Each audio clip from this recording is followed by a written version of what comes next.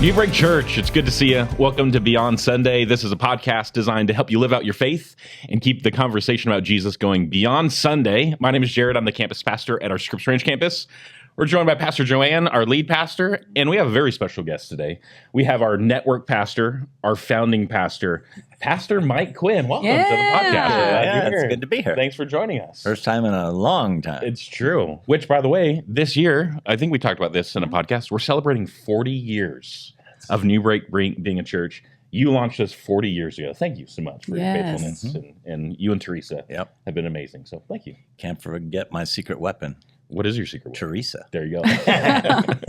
And the Lord? I think you're going to say the Lord. Yeah, Jesus. Yes. But I'm just saying. But also Teresa. Yes. True words. Led by the True Lord. words. Well, glad you're joining us today. I just want to talk real quick. We're in summer and vacations are all over the place. We just got back from vacation literally 2 days ago. You recently went on vacation to places. Where'd you go? We had an incredible family vacation to Europe. It had been like a bucket list trip. And we went with my in-laws, celebrated their 50th wedding anniversary. Very cool. And so they're like, let's all go to Europe to celebrate that we've been married for 50 years. So it was cousins and aunts and uncles. And we got to see Barcelona, a couple of places in France, Italy, and then our family continued on for a couple of days in London. It was just a great, great vacation. That's awesome. That's cool. Pastor Mike, you just recently went on a vacation.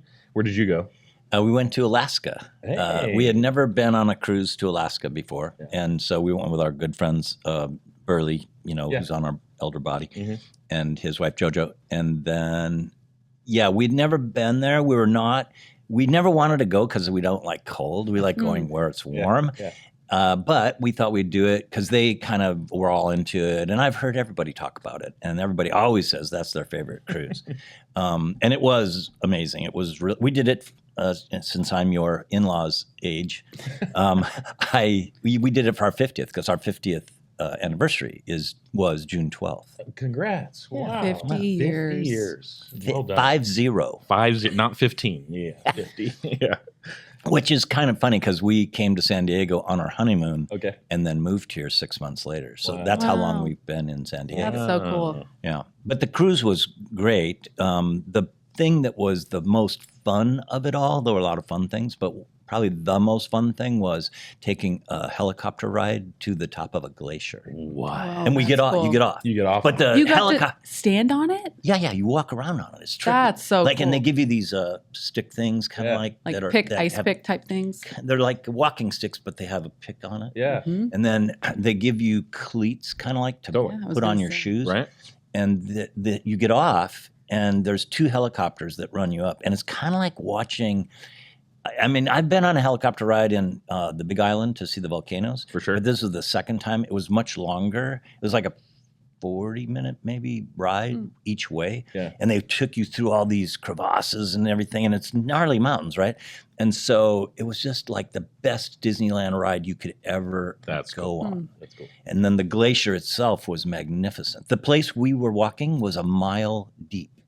Wow. And glaciers are several miles deep. Yeah. A lot of them. Yeah. No one fell in? No. That's good. They have these things. I forget what they call them.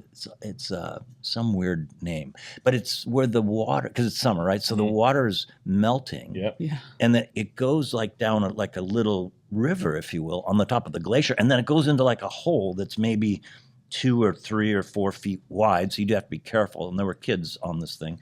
And the water goes down in there like, you can see it going down in there like maybe 50 or 100 feet, and then it's going up forever, wherever it goes. Yeah, for sure. And it's like it turns like a blue color. Super clear. Yeah, it's amazing. Yeah, that's awesome. I like how you said crevasses. Is that what you're saying? Same. Not crevices?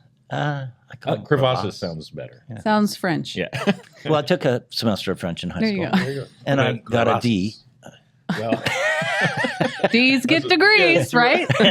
Well, it counted. Yeah, I had to take 1 year of foreign language in high school. Yeah. So I took a year of French, or a semester of French, got a D. So I couldn't go on in French, but it counted. So then I took a semester of Spanish, got a D. Gotcha. But I got done. Hey, you're done. There you go. Did you? I was not a good student. Hey, that's fine. That's fine. Was that your first cruise? No. Okay. I've never been on a cruise, but I Really? feel like there's mixed feelings about it. Some people feel like it's super claustrophobic, and some people just say it's the greatest thing in the world. But I don't know. I'll have to go on a cruise someday. When you go on a cruise, if I could, and if you can do it, it's not that much more, but you definitely want to get a balcony.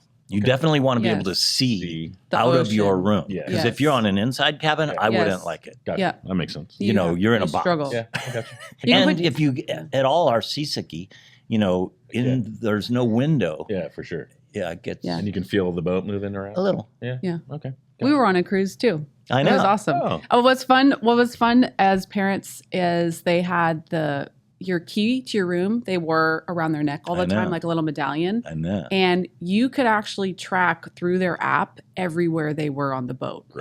So I could see when they were in their room, and I could see when they left the room to go to the buffet or go to the ice cream or go to the sports court. Like I could see what deck they were, where they were. That was actually a really cool feature to be able to track your kids and all of that. I was like, man, I want that at home. Yeah. Do they have to wear that? Like it's a Well, they the can't boat get makes in out of their room. It's their key to their room, so they have to use it in order to get anywhere on the boat or to get back to their room. So they were forced to keep it on them. So that was a nice feature. Yeah, it's very cool because it's like everywhere you go, everything. Like if you go to get food, they know who you are. You know, like you don't have to. There's no cash on the boat, so it's a cashless system.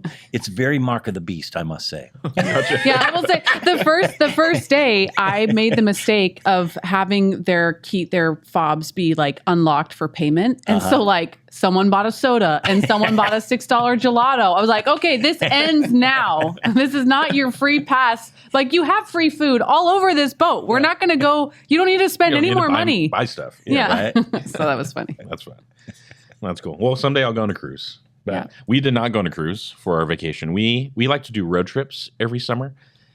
So sometimes we'll go to Oregon. We have family in Oregon. Sometimes we'll do whatever. I think a few years ago we went to Colorado, et cetera. So this time we didn't know what we were going to do until the day before. Whoa. I don't know insane. how I you know. guys plan It's like wild. that. But we decided we would go up to Lake Tahoe. So we were there for a day. Beautiful. We made the trip over to Idaho to see my sister. Then we went over to Yellowstone, which we've never been to Yellowstone before. We love visiting the national parks. It was so beautiful. Isn't it? There was just a video that came out, by the way, of I don't know if you saw it. The bison who like flipped the guy. flipped the- I saw that on TikTok where I Crazy. learn all things. Yeah, totally. And like threw My a news source. 75-year-old man into the air like 12 feet. Yeah, and, yeah. So I think he's doing okay. Thing was Yeah. huge. It- That Honestly, I was didn't know if it was crazy. AI generated. No. I saw it and I just went past it. And then now that you mention it, I'm like, so that was real. So apparently it's the beginning of the rut. So that's when the bison Get more aggressive. because they're getting territorial. So they saw a guy far off just taking photos. He was doing everything right. And then the bison just got mad and ran at him and flipped him in the air. So Did you feel like Yellowstone, like being there? You're like, I feel like I'm on another planet. that Julie and I said that when we went to the geysers. It felt like wild. we're on some other planet with smoke and water So flowing. crazy. It was insane. Yes. So did you see the Grand Prismatic Lake? The like really colorful. kind of, we did it on our last day when we were trying to get to kind of going south. So we kind of drove by and did the quick walk. We saw it from a surface level, and you can't really see the color. You have to take the hike way up higher, which our kids did not want to do that. Really? Our kids did not. I don't know if they enjoyed it, if I'm honest with you. Really? Because What it's about just the a lot of in- driving oh, and hiking. yeah. So I don't know if they loved it. We did. I thought it was really cool. I guess that's true. I went there with just my husband, so Yeah. I didn't have to like navigate kids there. Correct. I don't think I've ever been there as an adult. I think I went there as a boy one time with my family, but I don't think Teresa and I have ever been there. Might be It's worth going. wild. It's just great. It's so wild because you've got these color. I felt like we were on another planet. Yes. You're like this. You kind of get the reality of like our Earth and the system and all of that. You're seeing the steam. It's probably the same as like a volcano, but it's all under the surface. Like it's not an active volcano. Yeah, I do remember it. Yeah. I don't remember a lot of things from when I was growing up, but I do remember that. I remember seeing it and as a boy and thinking about that, how mysterious that was. Yeah. I would say the one thing that was, Yellowstone was beautiful. It was awesome. One thing we did that you can't do here in San Diego or California is on the 4th of July in other states, you can shoot off fireworks. Your own fireworks show. So we were in Idaho for 4th of July, and my sister was like, we should go buy fireworks. And we're like, sure, why not? So we went they have firework shops, stores there. We went there. It was so crowded. It was the day before, and we bought fireworks. And there's a whole section that says, these are illegal in Idaho. Don't shoot these off here. That's all they have to say. But they can still sell them? They can still sell them because the next state over, which you're allowed to do, the next state over, you're allowed to shoot those, the ones that go up in the air and explode. Come to find out, everyone buys those. Oh my goodness, that's crazy. And from probably 7 o'clock at night till 2 a.m., fireworks everywhere. Yeah. And it was the most fun. I loved it. It felt like bombs were going off everywhere. And I wish we would have bought illegal ones. Not that we would have ever shot them off illegally, but it was so cool. And I wish we could do it here. But I also understand we will set California on fire. If yes. Actually, at the 4th of July, we were at our house in OB, which we look at the ocean and all the way to PB Point and Mission Bay, whatever. There were so many fireworks going off everywhere. Yeah. And not you're just formal. You're like, that's not legal. No, I mean like those on are not the beach legal. in OB, rockets everywhere. Like in my neighborhood, rockets going up. It was amazing. What's funny is where we were from in LA before we moved down here, it was like that. Like everywhere. Like so many illegal fireworks, so many people. But the neighborhood that we live in now, there is nothing. Yeah. I was like, it was actually been a pleasant change. I'm like, I can actually go to sleep on 4th of July without the bombs exploding all around me all night. But I do miss it. So I feel like there are some places in California you can launch fireworks. I feel like probably not the air ones. No. Not the just ones like the that shower go. Ones yeah, that's all that's tech. That is all that's legal without a permit in California. Is the little in fountain Texas, ones. You can do anything. Of course you can. And everything is bigger. Yes. In Texas. Which, if you didn't know, Pastor Mike, you live partly in Texas, partly in San Diego. Yes. You're in Texas watching kids, etc. Yeah, both our sons and their families are there. So we have grandkids there and our sons are there. And of course, we've been dealing with my daughter-in-law's cancer for a couple of years, and she's doing amazing now. Great. So now we're just there just to be grandparents. Yeah, good. Yeah. It's awesome. Yeah. So Austin is a very cool city. I believe that. It'd be fun to. You could totally do a campus there. Newbreak, it's very San Diegan. Yeah. Yeah. So is this you volunteering to plant a campus? No. I think that's what I'm hearing. Is that what you heard, Jared? I heard his exact words come out of his mouth. I'd like to be your part-time campus pastor for free in Austin. I heard those. For sure. Yeah. I want to ask you guys a question, because we all came back. Usually summer's when a lot of our staff take some extended vacation, which is great. When I was first in ministry, going on vacation, actually for a long time, even before I was in ministry, going on vacation was really hard for me because there's so much to do. Mm-hmm. I'm like a doer. Go get stuff done. And if you don't get it done, wake up early the next day, do more. And so when I was first in ministry, going on vacation was hard. And I remember, Pastor Mike, you said all the time, make sure you have your next vacation planned before you come back from your current vacation. Mm-hmm. And I'm like, yeah, maybe I'll do that. And then there's DJ Marks, who is also one of our campus pastors for a season. He's now in Idaho. He would force me to take vacation, and I didn't want to because I don't want to take time off. Also, I didn't feel like we had the money to go anywhere. Mm-hmm. So I just didn't rest a ton. As I get older, I'm viewing vacation differently, that the rest is needed. But I'm just curious from you guys, did you ever wrestle with taking time off or resting? And how has your view on that changed now? So let's start with the first question. Did you ever wrestle with taking vacation? Yes, all the time. I remember I would use vacation to catch up. I would not have any meetings, but I would catch up on emails or with projects in my mind. And then as my kids got older and I'm like, oh, I can't be working while I'm having family time. That really showed me I need to be present. Mm-hmm. And so it was probably in the last 10 years, 8-10 years that I was when I'm on vacation, I'm going to be on vacation. Mm-hmm. I'm not going to be thinking about things. And I would even use if we went somewhere where we took an airplane flight, okay, my flight home, I'm going to catch up on emails. Mm-hmm. Well, this time I was I'm not, even though it was a very long flight back from Europe, I was I'm not going to catch up on it. I actually didn't work, even though I wanted to. Good. But I was still kind of tired. I was like, you know what? I'm going to not work. I'm going to enjoy my vacation. I'm going to enjoy being off. So I've learned that now rest is so important.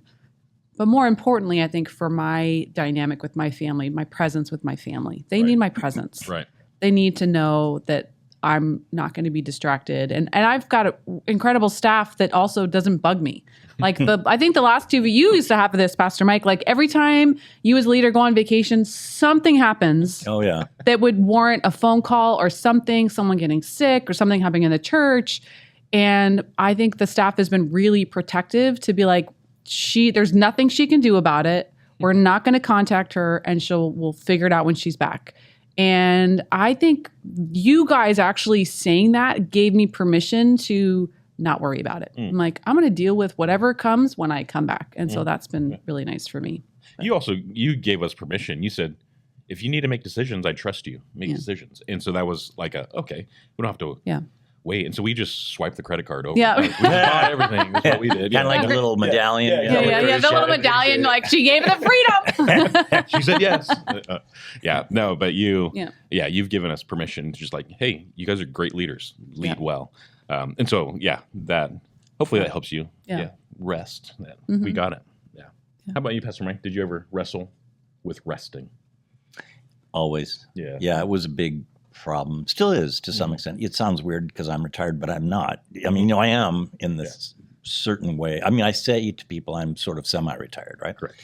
But when I was young, surfing actually helped me because when you go on vacation with the kids and I taught them to surf, surfing sort of gets you out of any place that anybody can get you. Yeah.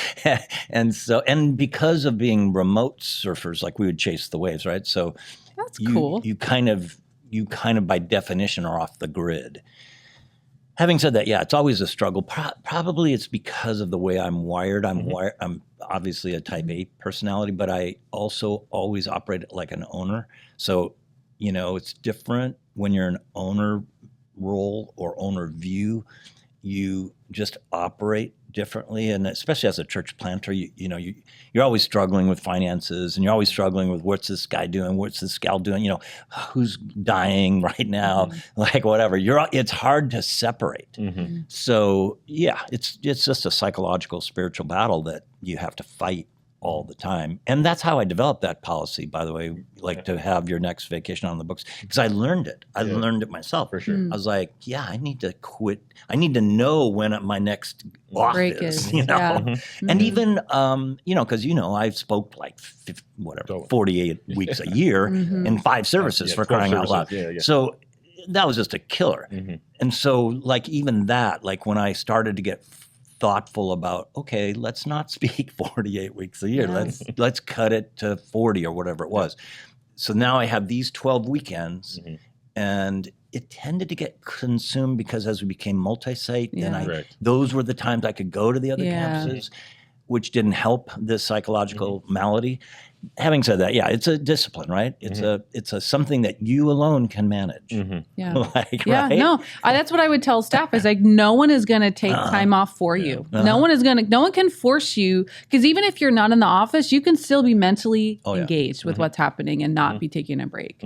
I love that you shared about chasing the waves. I think that's something I've learned from friends of ours who have kids, and one of their family values is to create experiences together. Oh yeah.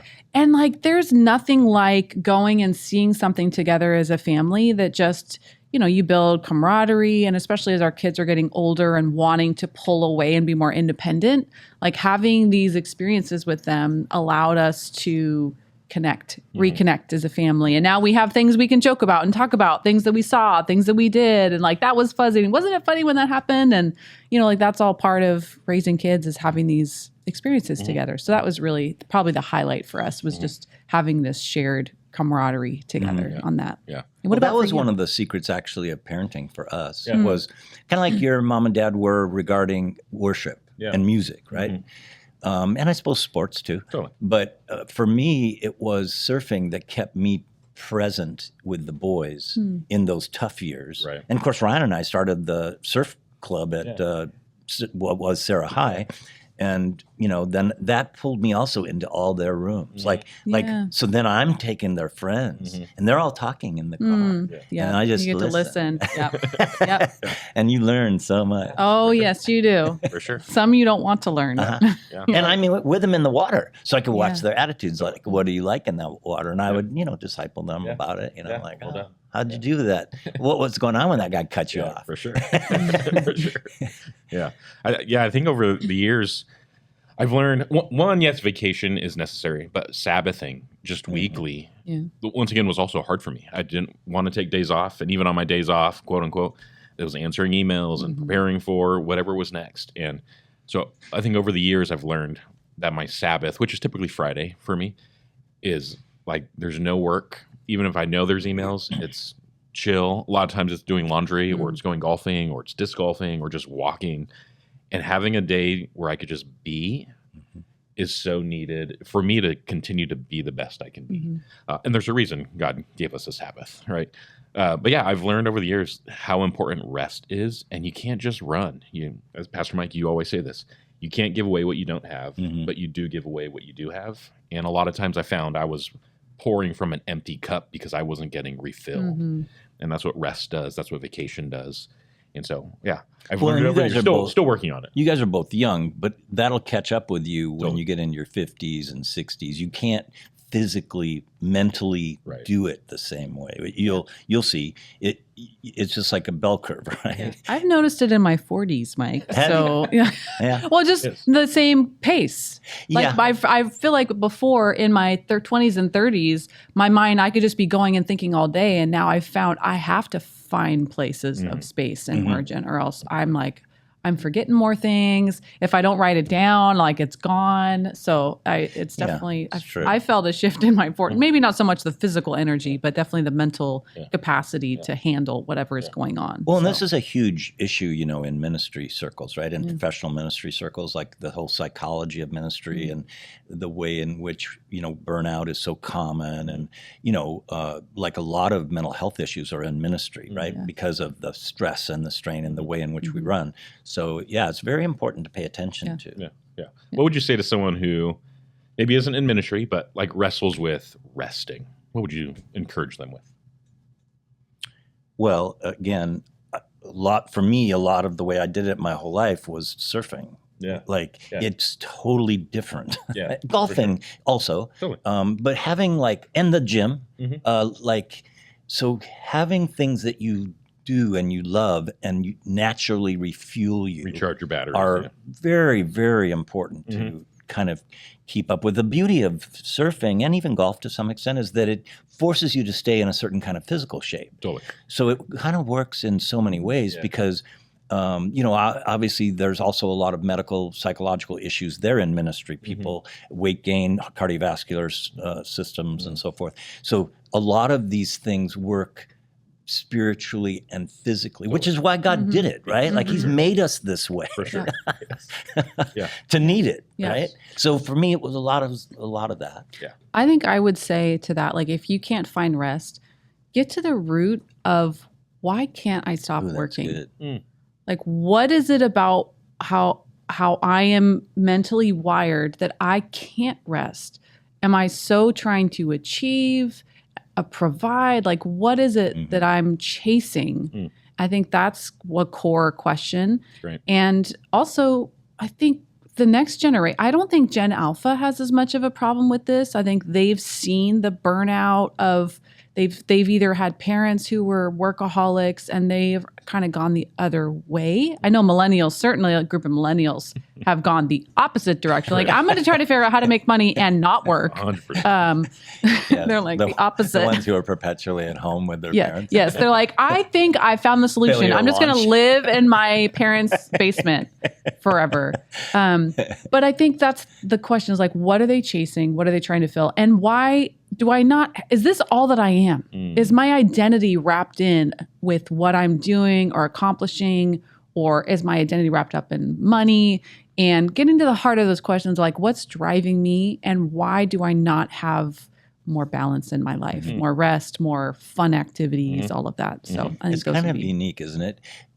I think generally, certainly, in ministry, it's not money because you never really make that much, So it's not money. For me, it's probably just control, or like I'm afraid if I don't do it, it's not going to get done. Like it's kind of a sovereignty of God thing for me, where I don't trust Him enough, and thus I feel like I have to put the fire out myself. Right? I'm thinking that that's probably a lot of it. For sure. Control is probably a big piece of it. I think for a lot of people, for me too, is like I just want to control it. And I think for a long time, because ministry is probably different than most 9-to-5 jobs. Not that, ministry isn't a 9-to-5 job. Right. It just keeps going. And so in my head, it's like, well, there's always more. There's always it's more. Never there's always done. more people to call and more hospital visits. And those are all important.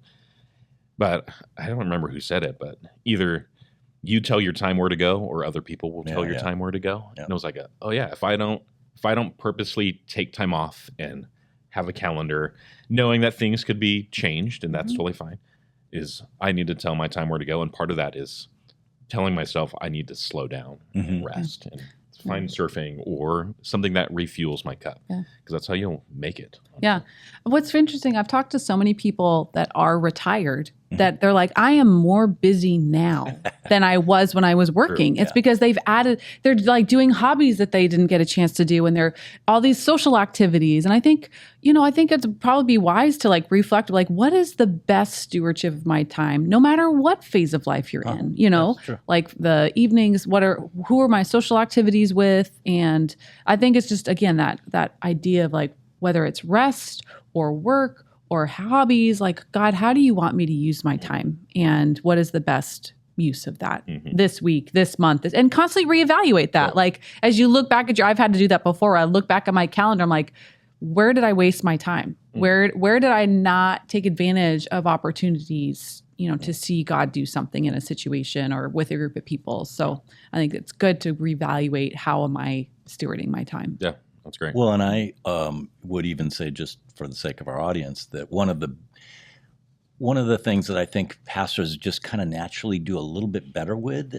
than regular church people, Christians, is that because we do ministry all the time, when we retire, we kind of still do ministry. We just scale it down. Totally. When you don't, or even like let's say you volunteer in Kids Men. A lot of times people will punch out of ministry engagement when their kids punch out of school. Right. And I see this radical kind of, I call it backsliding. Like it's like they've stopped being the church and they're just going to church. And that's a cancer that will eat your spirituality away. And so what I encourage people to do is build their life of ministry for when they're retired. Like whatever it is, missions or kids, men, or worship, or whatever it is, like build your life so that you're no longer going to be, I don't know, whatever, IT guy or something. Right. but build your ministry so that when you quit doing that, you can do this. Great. And scale it. So because in missionlessness will kill you. Yeah. Like we're in Ephesians, right? So if you don't live Ephesians 4, you will die. I mean, every doctor in our church, I could line them all up. They'll all tell you the same thing.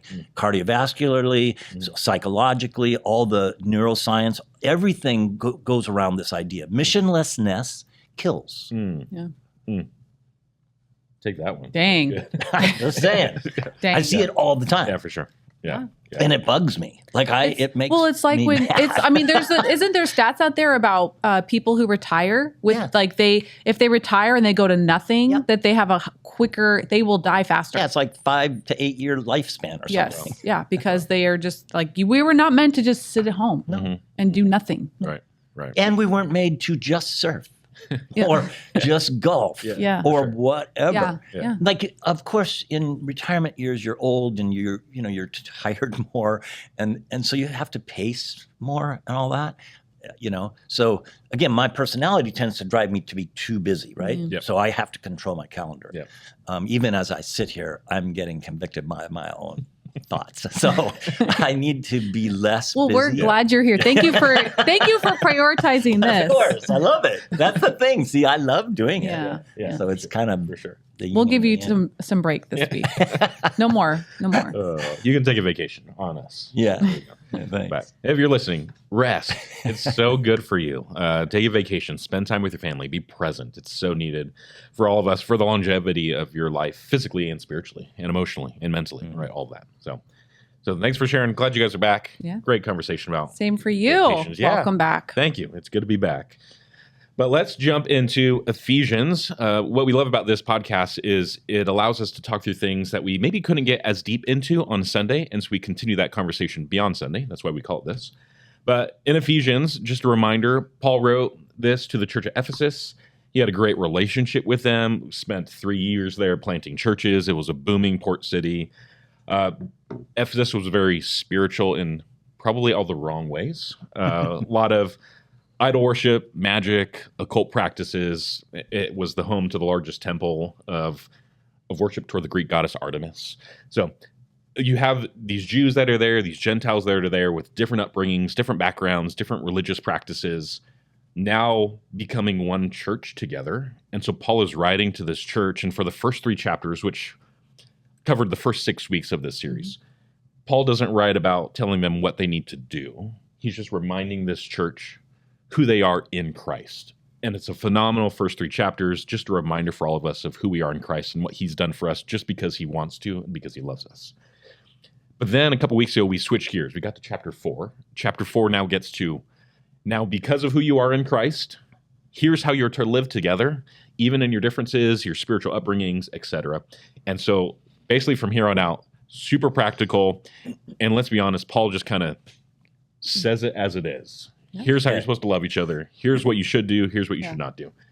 So a couple weeks ago, 2 weeks ago, we were in Ephesians 4, 17 through 32. Paul starts to lay out kind of a new wardrobe for us. Since you're in Christ, do this and don't do this.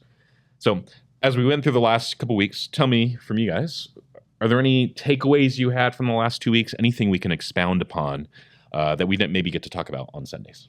Well, I'll say this. One of the things that I got a lot of feedback on, and I think it's more and more an issue. We've talked about the idea of anger. And there is the verse says, don't sin by letting anger control you. And we talked about in our message, like there's a difference between having the emotion of anger and it controlling you and your reactions and you controlling anger. And I was able to share a little bit about, there's times where as a parent, my kids see my anger and I am not responding. I'm reacting in a moment because they're doing something I don't want them to do, or they're doing the exact opposite, or they're fighting with each other. And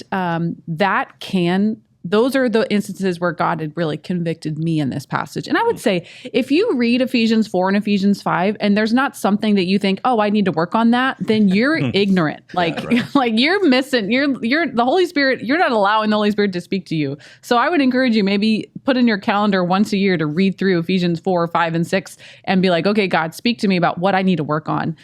So that was one that kind of came that I shared. And I had so many parents come up to me after the service, thanking me, appreciating my transparency and that they're in the same situation. Some of them gave me some advice, which was awesome. Like, I love that we can be the body of Christ. But I think it's a common emotion that we deal with in a society. So I wanted to kind of bring that up as a conversation. Like, what did it mean in this passage? Have you struggled with that? Where and how do we not let anger control us, but rather address anger appropriately? Any thoughts, Pastor Mike? You mean an answer to that? Yeah. I'm you got the answer? A loser when it comes to management. No, I mean, I do struggle with that. Yeah. Like, that's just kind of been my go-to. It's because of my family of origins things. I'm sure it's scars as a kid, whatever, that I don't necessarily remember. But, I've always struggled with anger. I think it kind of goes along with my personality somehow. like I have that killer instinct in me. I mean, it works in surfing, it works in golfing, it works in work. It's like a thing with me that's too much of a good thing. So for me, it's like managing my expectations, whether it's of, people in the church or staff or my wife or whatever, managing what my expectations are. And being with the grandkids. Like, obviously, we've spent an inordinate amount of time raising 3 kids, twin 9-year-olds and an 11-year-old for the past couple of years.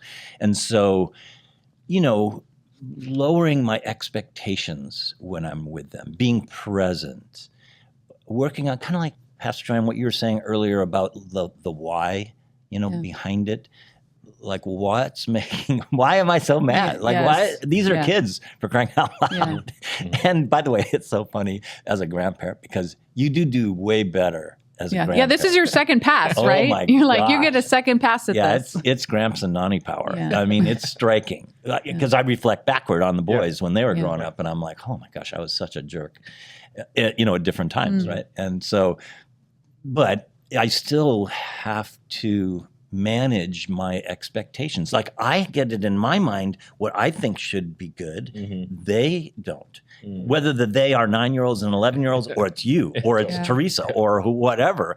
That's the firing of my anger buttons inside of me. So backing off from, and years ago, you know this, Jared, but years ago I was influenced by the head of the School of Psychology at Fuller Seminary. His name was Archibald Hart. He's now passed away, but he was a missions kid and then ultimately got his PhD, an amazing person, and wrote prolifically. And he wrote a book called Unlocking the Mystery of Your Emotions. And I read that probably in 1982. And it was a seminal time in my life. That book had a profound influence. So, because before I read that book, I would kind of like shame myself when I felt something. And he taught me to ask the question you asked, which is why. Why am I so mad in my head? Like, what's going on? What's the stinking thinking? That's great. Yeah. So grabbing the emotion because of grace, which is very Ephesians, right? Grabbing the emotion that's not necessarily sinful. Like Paul in this letter says, be angry and sin not. Yes. So now sometimes I'm, and Arch makes a really good point of this. He goes, in that book, he said, like, I know you can be angry and sin not. I just don't think I hardly ever do that. and so, but he's the one who taught me it, like, grab the emotion, in this case, anger, embrace it, and then ask why. What's appropriate about it and inappropriate? And the inappropriate parts, of course, you need to seek healing and forgiveness and spirituality. But like the appropriate parts, you don't necessarily, you have to forgive, right? I mean, that's his solution in Ephesians, right? Forgive. Totally. And that's where I learned too that forgiveness is a muscle. For sure. Yeah. You got to work it. Got to work. And it atrophies if you don't. Totally. Yes. Correct. It's a fruit of the Spirit, right? Gentleness, kindness, which is very Ephesians, Anyway. Yeah, anger's been a thing that I've wrestled with, and sometimes it doesn't show, but I hold on to it. I mean, don't let the sun go down while you're still angry. Like I will hold on to things internally, and I'll be angry for days and days and days without ever processing it. And like, why am I angry? Well, I know why I'm angry, but I don't like slow down enough to go like, what are you doing about it? And have you sought healing? Have you asked for forgiveness? But yeah, I wrestled with anger. I listened to your message because you gave this message. Yeah, it's a lot easier to not be angry with coworkers and staff, and well, we're in ministry, so it's easy to do that here. And then, as you said, you get home and you're like, let it all out on kids and family. It's like, what am I doing? And sometimes we separate the two, and there's no separation of the spiritual and the normal. Right? Everything's spiritual, and so I've had to learn to talk. Julie, my wife, has been very good at helping me talk. When we were dating, we would let's just say I would be angry at things, but because I didn't know how to process it in a relationship, we would sit in the car for hours in silence. And she would just sit there and go, "You ready to talk yet?" I'm like, "Nope." And she would just sit with me in the car in silence for 2 hours. Wow. I thought if I say something about why I'm angry, she would dump me, or she'd be like, "You're stupid. I hate you." So I didn't say anything. And she's the one who helped me, like, "No, you need to talk about this with me." Yeah. So thank you to my wife for helping me process my emotions. Yeah. And still helping me do that. Yeah. Yeah. It is interesting how when you get married, you get people with different dynamics. Because my family, we did not talk about anything. Like, you don't talk about your feelings. You don't we didn't really do that. We just kind of kept going on and everything's fine.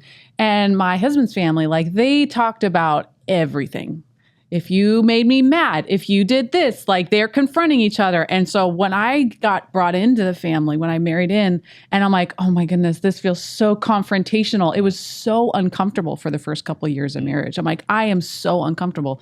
But I've learned, I was like, oh, neither way is more healthy or unhealthy. Like, they can both have their place of health and unhealth. Like, sometimes you need to not say anything and hold your commentary until you've resolved. And sometimes you do need to say something. And so it's been this neat of, like, trying to find this balance of differences. But yeah, anger, I was learning this. I said this on the message, that anger is the secondary emotion. It's all the stuff behind, right? Like you said, control. I think insecurity is a lot of what drives a lot of anger. I think for me with my kids, it's probably control. Like, I just wish they would do it. Right. Like, would you? And so we poorly train our children not to listen to us until we go there.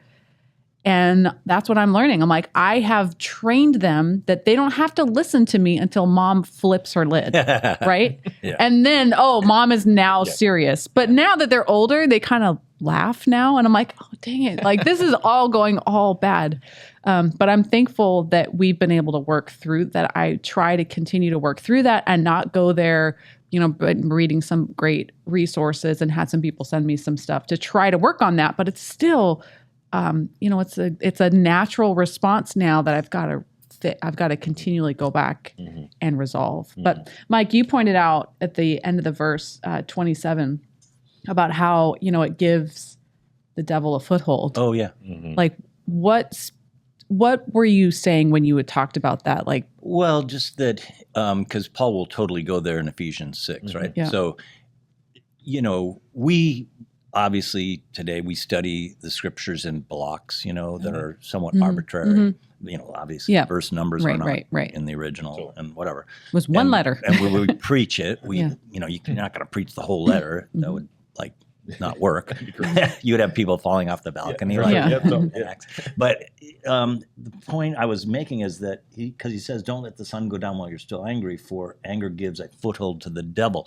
So if you take that in the context of where he's going to go in Ephesians 6, it's a spiritual warfare issue. And it's not just relative to anger. It's relative to all these sin patterns in our lives. The unkindness, pick apart the fruit of the Spirit, right? Lack of self-control, whatever. So it's, by definition, my anger is a spiritual warfare issue. So I tie it also to the Lord's Prayer. So when Jesus says to pray like this, and lead me not into temptation, right? So there's this reality of spiritual warfare, kind of Jobian-like, that's happening actually all the time in my life. And I'm not just, because I tend to secularize it.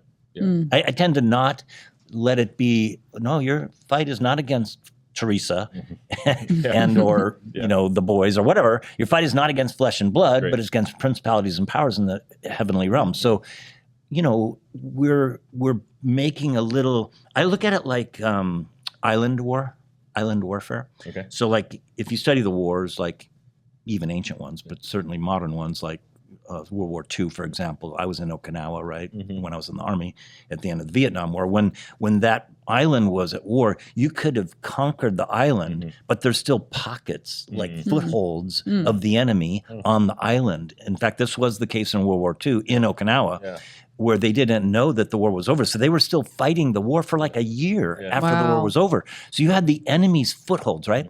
And so in our lives, we give up little territory, and they become like a little spiritual, like evil, demonic stronghold in our lives.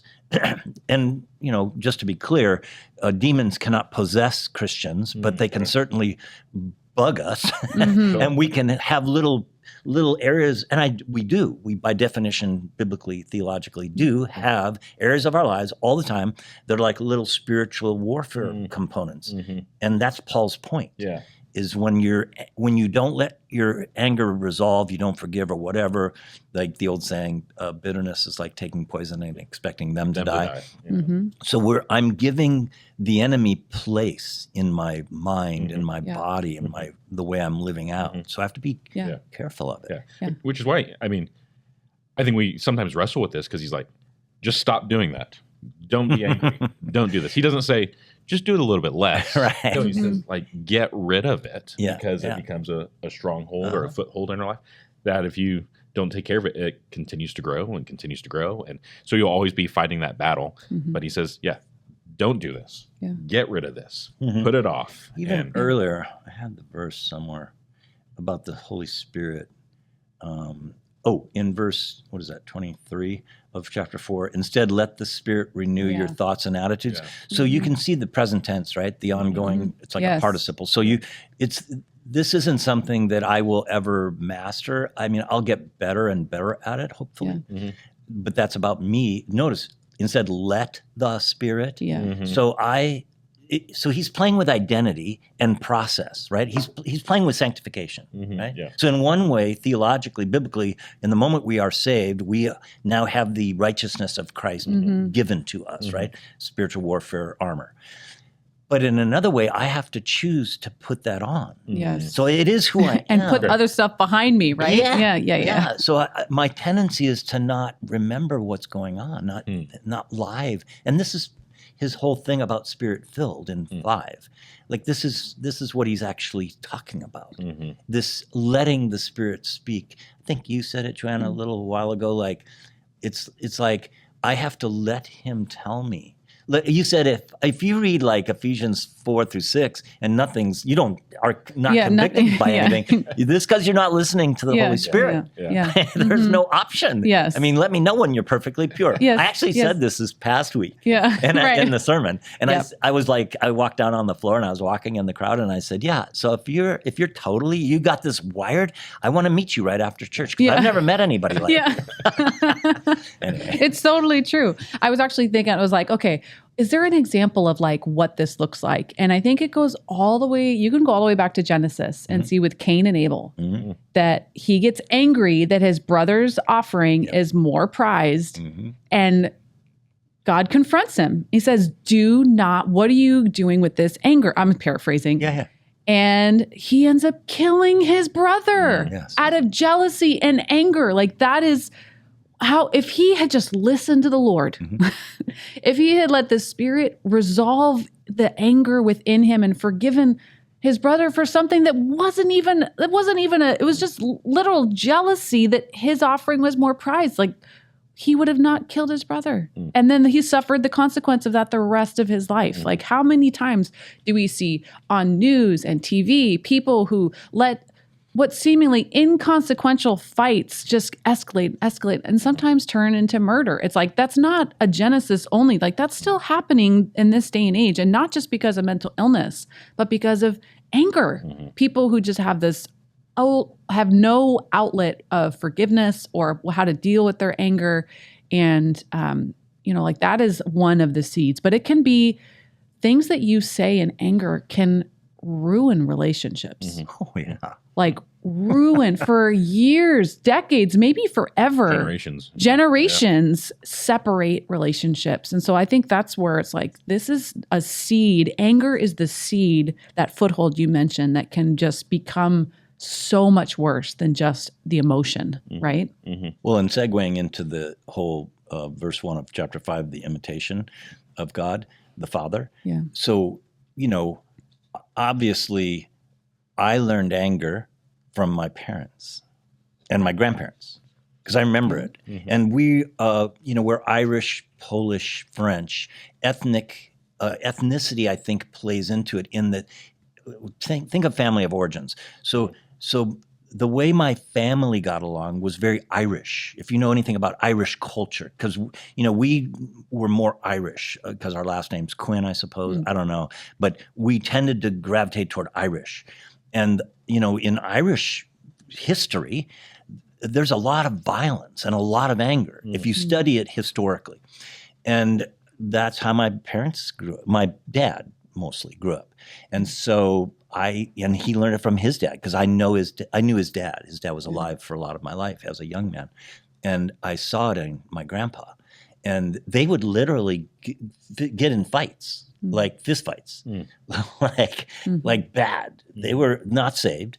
And they would, like as adults, get in fist fights with other men at bars and stuff. My family of origins is kind of gnarly.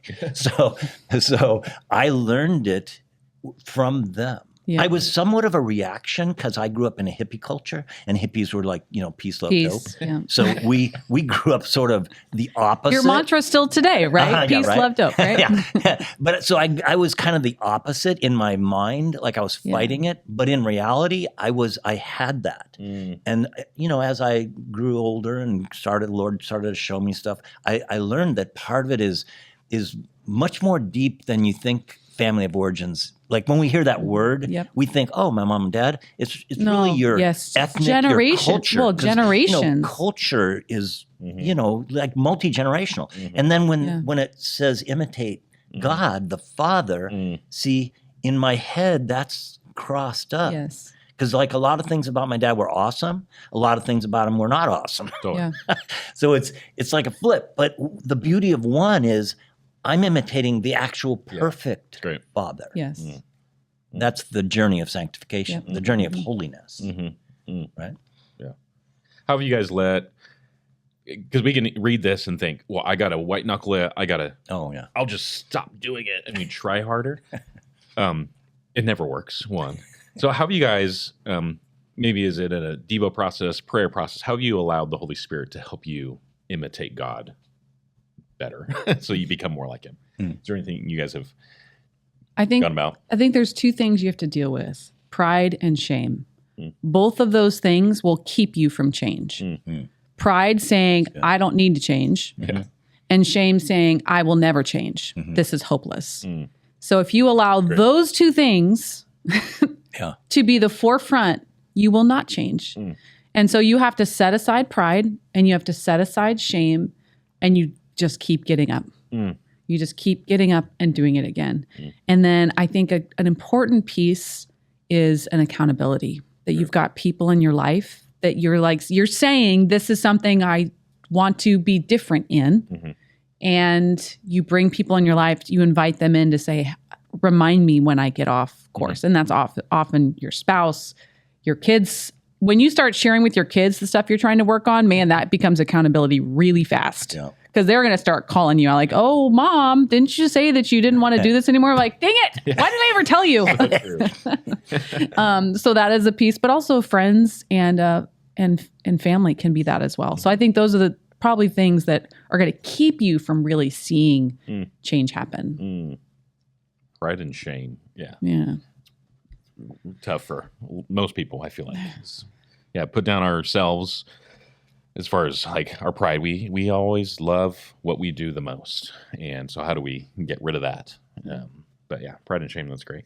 Pastor Mike, anything that you've learned over the years? Part of it is tied, I suppose. You think of Acts 19, where the church is birthed, Ephesus, and the 12 men.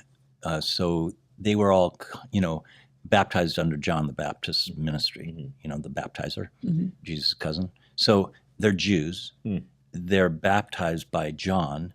They've had, and Paul actually articulates this, that, you've been baptized in the baptism of John. Let me tell you about Jesus. So he kind of completes the idea. And then they get baptized. And then they have what I think arguably is an experience like Acts 2, which is the baptism of the Spirit. So they get saved, they get baptized, then they get baptized in the Spirit. So, and then, Paul plays with this idea here in Ephesians in chapter 5, where he talks about don't be drunk with wine, but be filled with the Spirit, kind of like ongoing activity. So especially in kind of Pentecostal or neo-Pentecostal circles, I think we tend to exaggerate wrongly sometimes the event of the baptism in the Spirit and forget the ongoing life in the Spirit. Yes. And I think that is actually more true of what Pentecostalism is about, is this not just one event, but an ongoing experience of, being filled with the Spirit. And so for me, it's kind of like in my devotions, for example, when I got baptized in the Spirit, I spoke in tongues, right? So I pray in the Spirit. I have it in on my iPhone. This is how I do my devotions. Like on the Notes app, I have a Notes app, and I have two of them. One is more meditative and identity oriented. One is more intercessory oriented. And I don't always. I kind of vacillate between those depending on what I'm feeling spiritually on a day-to-day basis. And so quite regularly, I will pray in the Spirit. And what that tends to do for me is kind of like trigger what he's talking about in Ephesians 5. It's weird.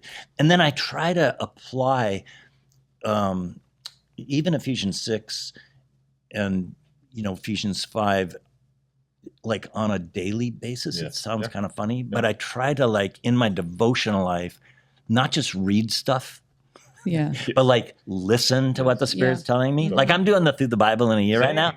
With Terry Lee Cobble and the Bible app, and it's awesome.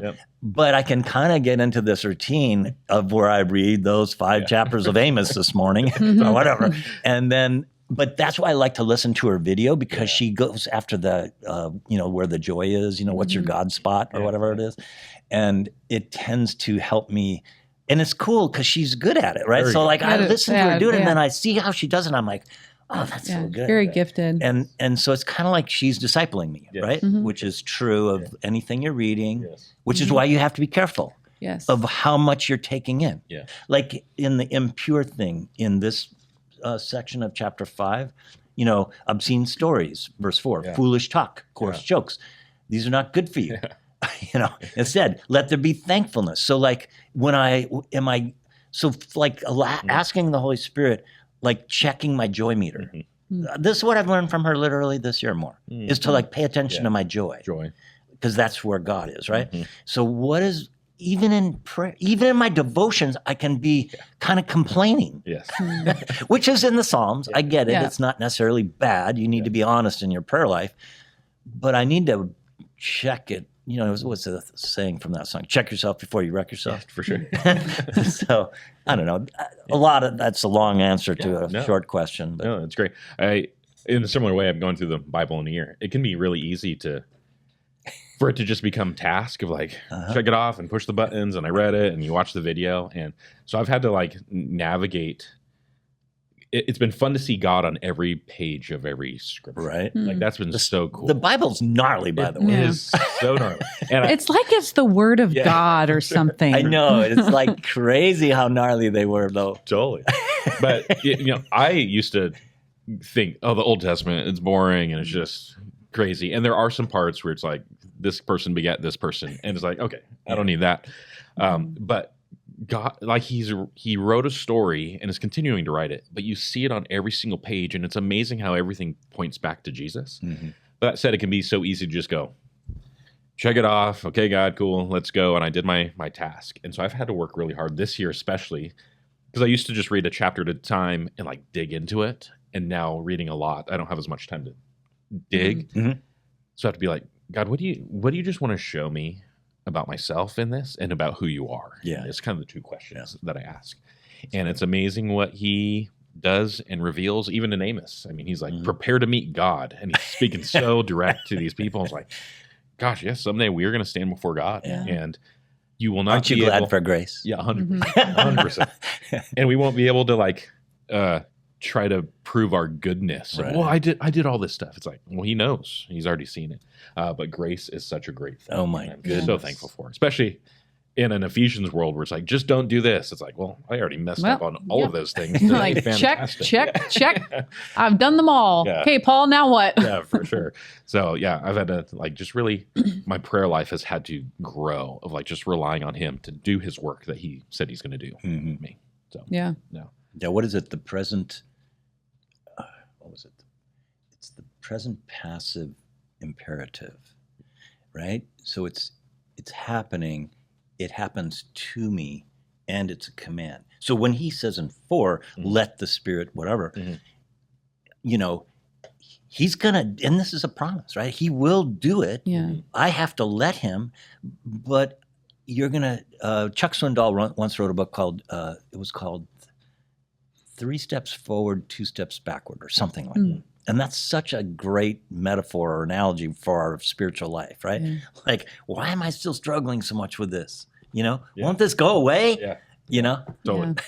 I used to have the conversations with the guys all the time around lust. Yeah. And, being at the beach, right? Yeah. And I say to them, I go, well, what's driving you to the beach? Like, I like to watch people too, but I can only take so much of the beach. Correct. Especially in the spring, because you're used to everybody being clothed. Yes. But in the spring, they do the whole bikini thing at the beach, especially at certain beaches like La Jolla, certain beaches. And, all guys know where those beaches are. And so I would always talk to them about it. Like, so you need to monitor how much of that you can take. There's a lot of beaches. There are a lot. That's good. Yeah, it was interesting because this whole Ephesians 5 really gets into that. I was walking through the text, as no sexual activity, right? No sexual thoughts, and no sexual desires, and don't even talk about it or think about it. It's Paul fully covered it. He's like, so none of that. Yeah, and that is not our culture right now. No. Our culture, that's prevalent. You think about all of the reality TV shows that's all about that and attraction and love and it's just in our face all the time on billboards, in our phones, and I have 2 young boys and I didn't know this, but if you have a social media account and you are a male, you will be hit up and messaged by women that are scantily clad all the time. Algorithms. But it's just I'm like, I don't get that. I don't get dudes who target. I don't get dudes who target me. But it made me think about my young boys. They're going to be inundated with that temptation all the time, and it's such a culturally acceptable thing. And so maybe we could talk a little bit about resources or things to to guard yourself against these things for both, men and women. I know there's some apps for phones and accountability, but I think that what are some tools for anyone that struggled with that temptation or just trying to protect themselves against those things? What kind of things can we do? Yeah, it's not just for guys, but Covenant Eyes is a very important and famous one. It kind of gives you old too. That's been there forever, for a long time, right? And it basically sends your internet activity to trusted people, and they get dinged whenever you go to a website that would get dinged on, and they can keep you accountable on. And so it's a great way to keep accountable because you could do whatever you want on your phone, and no one would ever know. And so you could live in the darkness, as he says. But he says, take no part in any of that stuff, which means you're going to have to work really hard, and having accountability or a resource like that is super helpful for anyone because we have a computer in our hands literally every single day. And as you said, you can search for things, but now things are smart. They'll just send you stuff and it just pops up. So it's a dangerous world, but that's one of them. It's interesting too how he talks a lot about foolishness. Don't be fooled in verse 6, and it is a fool's game, like playing in the darkness. Is so prevalent. It's because we're surrounded by darkness. Like Sunday, this past Sunday when I was speaking, I said, you do realize that the days are evil right now. Yes, we're at the same time in the room. This is the same time because I think that we tend to go, oh yeah, they were very evil back then. Totally, yes, but they're not evil now. Oh no, they're evil. All of this stuff, they're still happening. Yeah, and it's everywhere. And it is the reality. You think about I remember the first time, which was a long time ago. I remember having a conversation with a guy and a gal about their work and how porn, I don't know if it's still this way. This was a long time ago. But in that day, they got porn on their computers, and they worked in a cubicle, like in a big office space, and it was a thing like where they would watch porn like as a group at work. Not hard stuff, but like soft porn, let's say. And it was kind of like a joke. So think about that culture in an office space where there's like 20 cubicles where they would watch this stuff. And that's the culture, right? You think about like your kid's age. How old are they? 14 and 11. Yeah, so certainly the 14-year-old. Yep. So in his peer group, they want to watch that stuff, right? They're driven to it, and then they attach their worth to it, like it becomes a thing, like cool. Well, they don't even realize how, like, and that's one of the things as parents, we have to help them see how those images will be with you. I know. They don't go away. You can't unsee it. You can't. Yeah. Once you've crossed that line and seen something, you can't unsee it. And so being on guard about those, but also as parents, I've got to be smarter than the technology and be on top of it. And so our kids don't have Safari. They have no internet access. Okay. They don't have YouTube on their phone. Yep. And social media is one that, like, our youngest doesn't have social media. Our 14-year-old, we're like on and off, like we've got parental controls. And also especially when they were 4th grade, 5th grade, if I found out that a friend of theirs had an iPad with open access, I would not let them go to that kid's house. Yeah, for sure. Yeah. I'm like, that's exactly. I think most kids, the age now where kids first are exposed to porn is like 10? I think it's like 5th grade. Yeah. 4th. 10 and 11. Mm-hmm. And the girls, my grands, they're going into 5th, and Holden goes into middle school. Mm-hmm. And Ryan and Melanie, my son and his wife, they're really good this way, I think. Like, their kids don't have phones. They have iPads, but they're not like iPads. like they don't have Safari or anything on them. They have definite parental controls around that. So the kids are very conservative, and Ryan and Melanie are very careful about what they watch on TV. And the kids have big ears. So they're super careful that way. And just having them a lot, I notice it with Holden, particularly the 11-year-old boy. He picks up on everything. Yep. He's super smart. So I have to be smarter. Yes. Like, I have to watch what I'm saying because he's listening. Mm-hmm. And, Teresa and I will have adult conversations about adult problems, but we have to be very careful about where those kids are. Yeah.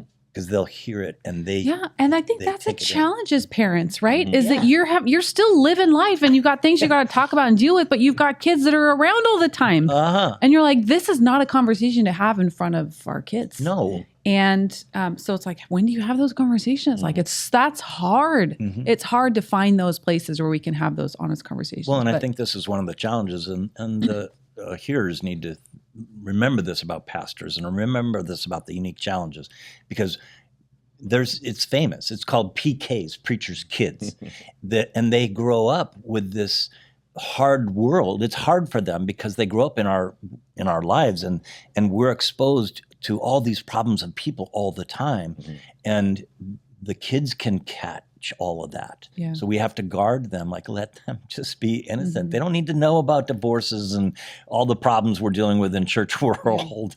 They need to just be kids and grow up like normal and not have all these demands on them like preachers' kids. You have to be perfect. Oh my goodness. Yeah. That'll kill a kid in 2 seconds. Which has been a fear of mine sometimes, of like, how will my kids turn out? And because there's this stigma of PKs and there's a guy at our campus, awesome family, but he's like, but also, Jared, it's just how you raise your kids. Like, you and Julie go about it a certain way, and you're super humble, and you're very good about how you talk to your kids about things. So, like, don't let the stigma just make it your kids turn into something. Like, how you raise them for sure matters. And I think you and I had, or you have, and I still have, a unique advantage in that your wife was in education. My wife was in education as well as ministry, but a lot of her education background helped her understand, what to teach a kid at what age. Like, having Julie in your life, like, it's an unfair advantage, or if you will. Like, teachers know stuff about how to raise kids. When kids are talking about stuff, when you got to preempt the conversation. But I will say this. One thing I've learned is that as parents, if you've got younger kids, it's not too soon to equip yourself to have these conversations. Right. You want to have the conversation before they have the conversation with their friends, especially when it comes to the topic of sexuality and all of that. You want to be on the front lines of that and equip yourself. There's some great resources we'd be happy to share with you, but you want to be the one. Yeah. You don't want to be responding to their conversations and they're going to talk about it. You want to be the one leading that conversation with them before it happens. It's interesting, as you say that, the Bible never really talks about, like, imagine being a kid growing up in Ephesus with the temple prostitutes and then the outlying prostitution that came from it, right? Like the god Bacchus and all the drunkenness with the weird hallucinogens and the wine and all that stuff. And then the prostitutes. And then obviously they were visible. So like, how did an 8-year-old or a 10-year-old boy... Would they have gone or would they have been kept at home? No, but I mean... because of the nature of it. But they knew. Ephesus at the time was about 250,000 people, right? I guess you would have tried to guard your kid from it, but it's religious. Yeah, so I know. It's like this co-mingling of those things. But you know what I've thought about is in all the cultures, before us, especially in the Bible, at 13, that's when they were an adult. True. And all of our problems now as parents is usually once they hit 13 and they're teenagers. You're quite right. Yeah, it is. And I'm like, once they hit that, and now it's like we're keeping them with us, parenting them when they are warring and fighting their gut instinct to be independent on their own and have responsibility. And like that is probably the biggest problem with teenagers is they're striving and fighting for independence, but they don't want the responsibility. But they need the responsibility of like paying rent. And like, but a 13-year-old in this culture was totally left to. So it's just, I've thought about that before. I'm like, why don't we go back to that? Like, just let the 13-year-olds, you need a job now. You need some responsibility in your life. That would go well for you to fight against your independence. Well, I do think, and I see it modeled in good parenting, that the kids do work early. They do get in internships. They get, like the boys went to work when they were 15 and a half because it was a condition of getting a car, getting a license, all that stuff. So they worked in the local little places here, and they learned work ethic very early. I learned that was one of the good things I got from my parents, my family. I worked as a kid, like a little kid, before it was legal. I worked because I liked money. I liked having my money. So I had a paper out in middle school, and then I worked in the fields with migrant workers my whole growing up until 15 and a half when I could legally work. And then I went to work at A&W and whatever. There are not enough A&Ws. And are there any left in San Diego? No, that's sad. They've gone I love away. A&W. Dinosaur. You still see them somewheres, but not often. I love that giant cold mug with the root beer float. Made the root beer. That's the best. I was the cook, so I made the root beer. And I became the head cook. I was super fast. It was fun. Goodness. I didn't know you made root beer. Learn something new every day. Yeah, big giant drums, like 50-gallon drums. Awesome. There's so much sugar in it. Oh yeah, that's why it's so bad good. For you. And so let's take that sugar soda and add ice cream to it because what sugar soda needs is more sugar. The other day when the grandkids were still here, I took them to Hodad's in OB. And by the way, audience, if you've never been to Hodad's, you need to do yourself a favor. Go to Hodad's. Hodad's, baby, it's the best. Anyway, better than In-N-Out. Different than In-N-Out. Okay. Yeah, different. And you really, anyway, so Holden, the 11-year-old boy, he ordered a milkshake. Because I said, hey, you can have a milkshake. Their milkshake is no joke. It comes in like the silver frozen thing. Yeah, totally. It's like huge. 6 inches tall. And then it's got vanilla, in this case, ice cream out the top of it. His eyes went like saucers. It sounds like a bad week. Awesome. That's what that sounds horrible. It's like bad decision in a cup. Yeah, 100%. Reel us back in, Pastor Jared. I can go on and on. No, so true. What I'm excited about as we continue in Ephesians 5 is like this week we'll talk about marriage. Oh, yes. And we'll talk about parenting. We'll talk about like an employer-employee relationships. In the next 3 weeks, there's going to be a lot of really practical of how do we interact with each other in relationships. And these next few weeks, I mean, they always are great opportunities to bring your friends to church, but these ones will be particularly powerful. If you have any friends who are like thinking about church or Jesus or whatever, these will be tremendous weeks for them to come. It'll absolutely blow up their worldview. Like it'll help them in ways they couldn't even imagine. Correct. It's super practical. Yeah. Not that it isn't always. The Bible is always practical, but these ones are particularly like he'll flesh out the whole spirit-filled thing of what does it look like in a marriage. Yeah, correct. Correct. Yeah, be more focused. I mean, the last 2 weeks have been like, don't do this, don't do this. Yeah, and like just a smattering of things. And there's very much marriage. Yeah. What does that look like? Yeah. And so we're excited to get into that. And it's a very misunderstood passage, I would argue, from a biblical perspective. I think it's taught wrongly, if I could be so bold, for sure. a lot of times. The whole submission ethic and the way that works in a home, especially when you have family of origins issues like me, which I talked about in the sermon last week. But it's a very powerful section of Scripture. Yeah.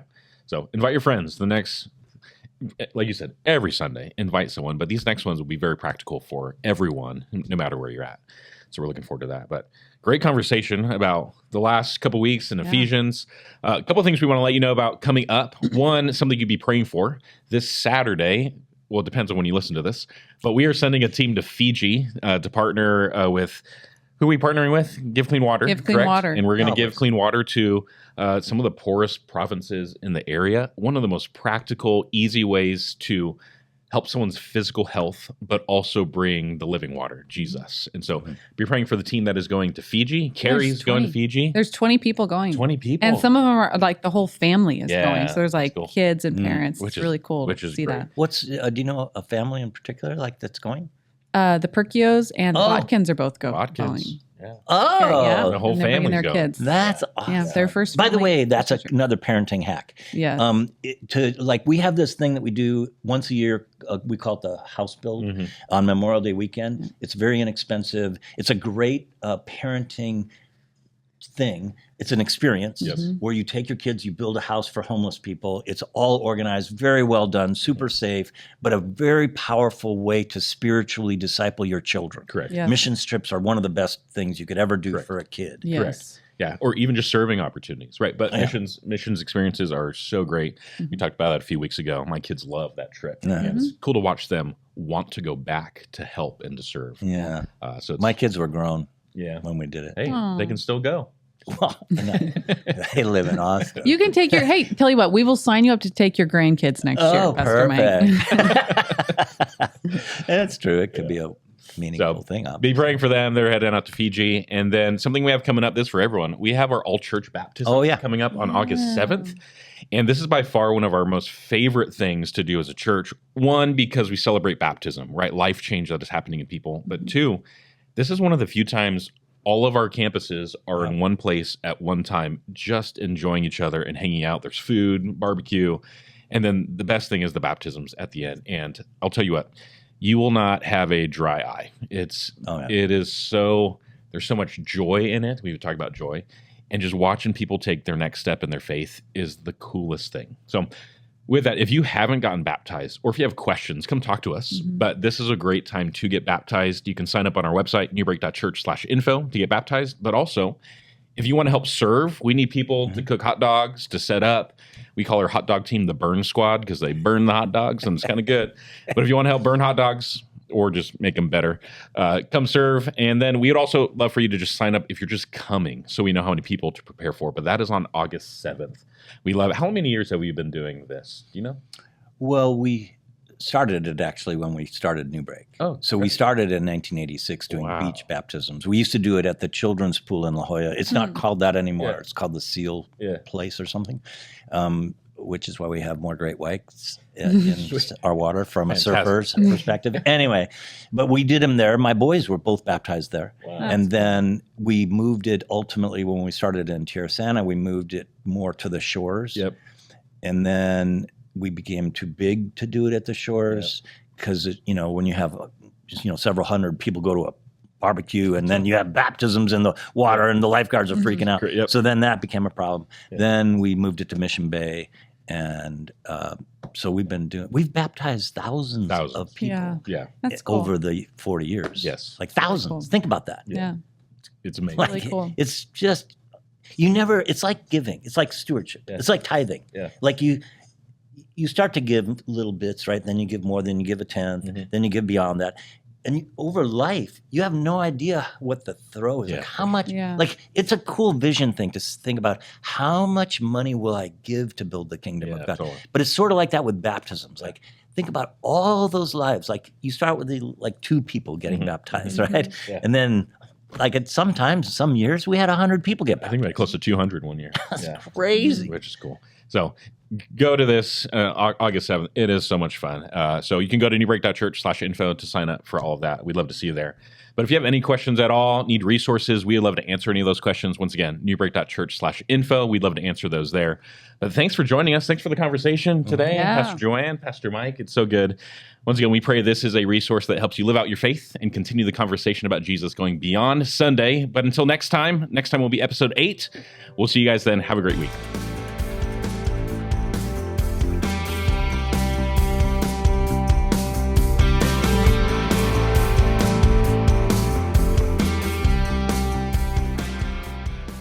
Thanks so much for joining us today. We pray that this message had an impact on your life. But just know, as a church, we would love to connect with you more, answer any questions you may have. Maybe you gave your life to Jesus, or you have questions about getting baptized, or you want to serve in ministry here at Newbreak Church. One of the best ways to do that is to go to our website, newbreak.church/info. You can fill out a Connect card, and one of our pastors will reach out to you. But thanks so much for joining us today.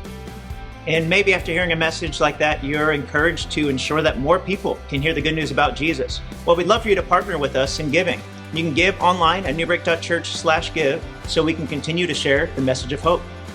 We believe in doing ministry together as a team. And so Newbreak is actually in 3 locations. We have a campus in Scripps Ranch, Tirisana, and Ocean Beach. And we would love to welcome you and worship with you on a Sunday. Pray you have a great rest of your drive or your day, and we'll see you on a Sunday.